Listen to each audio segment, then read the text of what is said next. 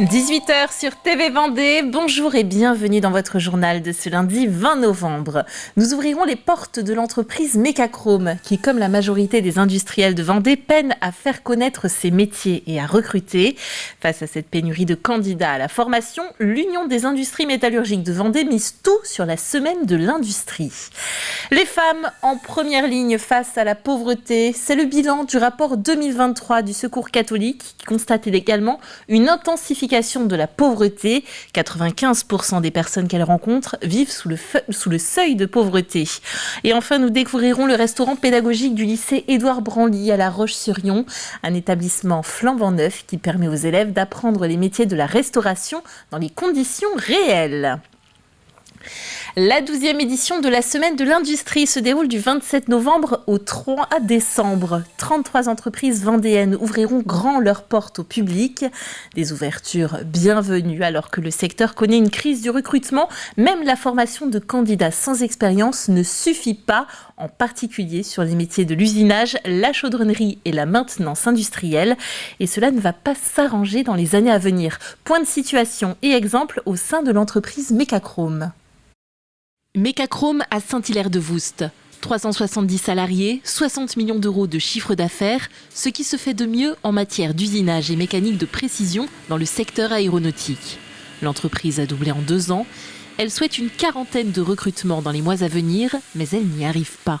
C'est compliqué de trouver des compétences puisqu'il y a peu de formations et peu de candidats dans ces formations. Donc à nous de trouver les solutions pour accueillir, recruter, attirer et former les candidats à nos métiers.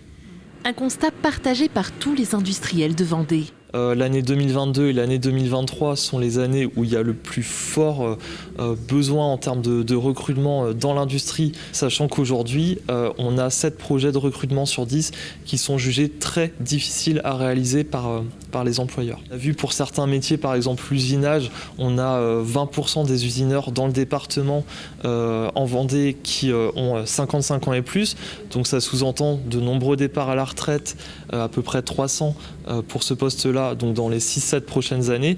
Donc c'est vrai que les difficultés vont certainement aller croissantes. Une vision archaïque du milieu serait à l'origine du problème, d'où la création de la Semaine de l'Industrie. Du 27 novembre au 3 décembre, 33 entreprises vendéennes ouvrent leurs portes au public et aux scolaires. On a au bord de la route des grandes boîtes grises qu'on a du mal à imaginer ce qu'elles font à l'intérieur. Et justement, l'idée, c'est d'ouvrir les portes pour voir tout le savoir-faire, l'expertise dont elles font preuve. Et en plus, en Vendée, on a une spécificité, c'est que 3/4 de nos entreprises dans la métallurgie sont des entreprises sous-traitantes. C'est-à-dire qu'elles ne fabriquent pas un produit fini. Et donc, c'est compliqué auprès du grand public d'expliquer ou de donner du sens sur la pièce, à quoi elle sert concrètement dans ma vie quotidienne. Attirer, former et fidéliser. Le secteur mise sur ces 3 clés. Sur la fidélisation, les industriels mettent le paquet en termes de rémunération et de qualité de vie au travail. Chez Mecachrome, par exemple, l'ancienneté moyenne des salariés est de 14 ans. Inscription aux visites gratuites sur découvrirlindustrie.pdl.fr. Pour les scolaires, l'UIMM Vendée organise des interventions dans les établissements et finance les déplacements en bus. Et cela paye. Déjà plus de 200 scolaires participeront aux visites et ce chiffre devrait encore grossir. Face à la pauvreté, les femmes sont en première ligne. C'est le constat du Secours catholique dans son rapport 2023. Avec ou sans enfants, elle représente en Vendée 49,8% des types de ménages accueillis en 2022. En comparaison, les couples avec enfants représentent 13,7% et les hommes seuls 26,3%, 5% pour les pères isolés. 14 000 personnes sont accompagnées au quotidien par 2000 bénévoles vendéens.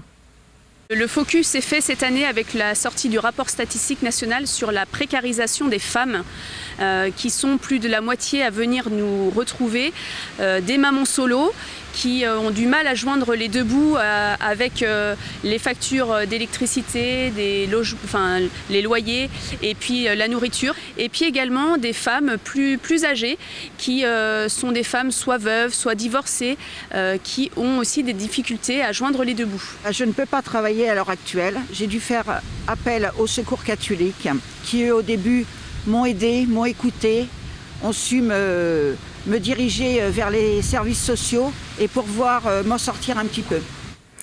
À Fontenay-le-Comte, aux alentours de 16h ce lundi, les secours sont intervenus sur une collision entre un cyclomoteur et un car scolaire vide rue de Grisset. Le conducteur du 2 roues, un jeune homme âgé de 16 ans, est classé en urgence absolue. Une autre urgence absolue à Fontenay-le-Comte, toujours 1 heure plus tôt rue du Port.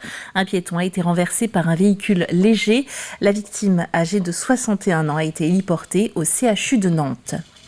Le CEAS Vendée fête ses 60 ans. À cette occasion, une cinquantaine de personnes étaient présentes vendredi matin pour une table ronde en présence d'Hélène Duclos, pionnière de l'évaluation de l'utilité sociale. Le CEAS intervient dans la formation des apprentis sur les métiers du secteur social et médico-social et c'est aussi un cabinet associatif d'études et d'accompagnement des collectivités. Donc l'utilité sociale, c'est chercher à montrer en quoi la structure, elle répond à des besoins du territoire, mais également elle permet aux personnes qu'elle accompagne ou à ses adhérents d'être mieux dans la société, de contribuer à leur développement, à leur épanouissement. Voilà. On a commencé la matinée avec un petit temps où chacun a pu dire, à partir d'une petite carte, ce que représentait pour lui une utilité sociale. Et les mots qui sont sortis, c'est bien-être, lien social, solidarité, sourire, être utile aux autres, voilà. À La Roche-sur-Yon, on inaugure un restaurant pédagogique, Le Galet, un restaurant d'application de l'apprentissage pour les étudiants et apprentis du lycée Édouard Branly. Il a été intégralement rénové. Le repas complet, entrée, plat, dessert est à un coût moyen de 15 à 18 €. Je vous invite à consulter le menu sur le site internet du lycée Édouard Branly et il vous mettra l'eau à la bouche.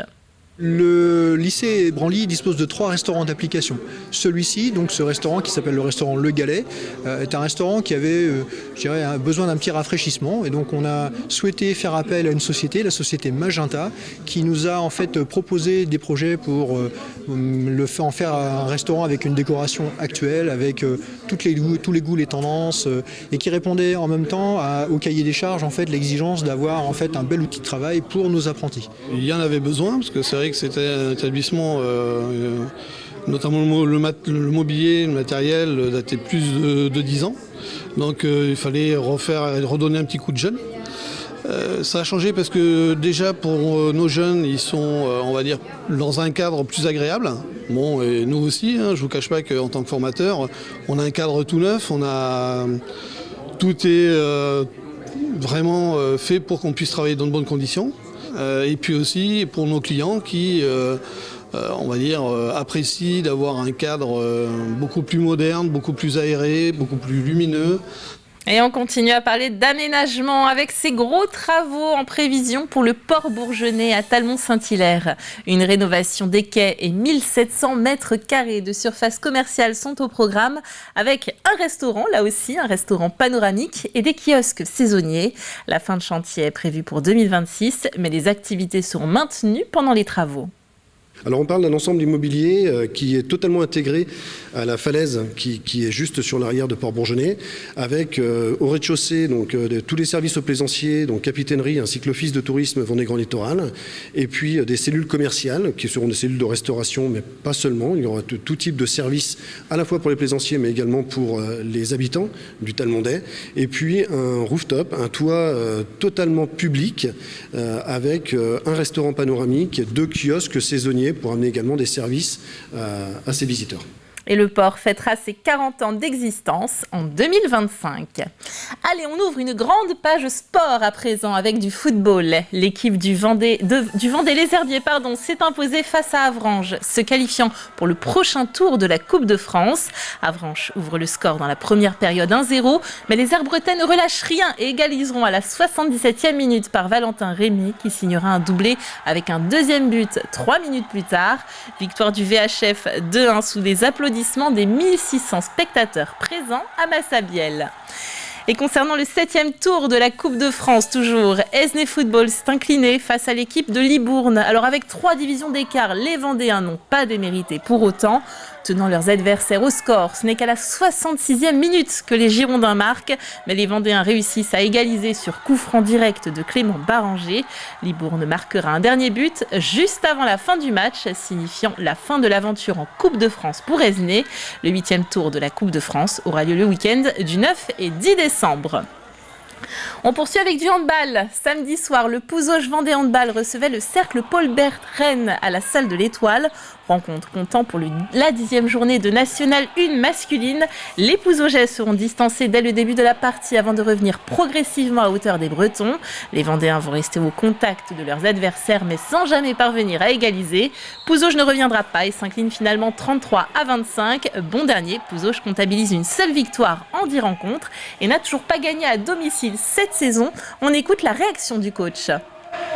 On avait fait un pas en avant la semaine passée à Cesson en gagnant et en faisant un match plutôt cohérent.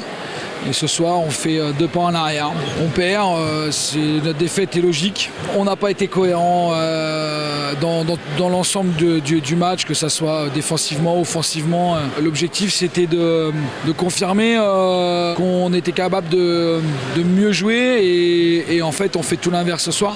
Donc, très, très déçu de ce match. Il est déjà temps de refermer cette édition. Retour de l'actualité dans votre matinale de 7h à 9h. Ce sera en compagnie de François Pérez. Et on se quitte joyeusement avec ces quelques images de la Fête des Lumières de Sallertaine qui se déroulait ce week-end. Avec un programme toujours aussi fourni. Déambulations, spectacles de rue, concerts et festivals d'illumination. Un événement, vous le voyez, toujours réussi depuis ses débuts en 2019. Belle soirée.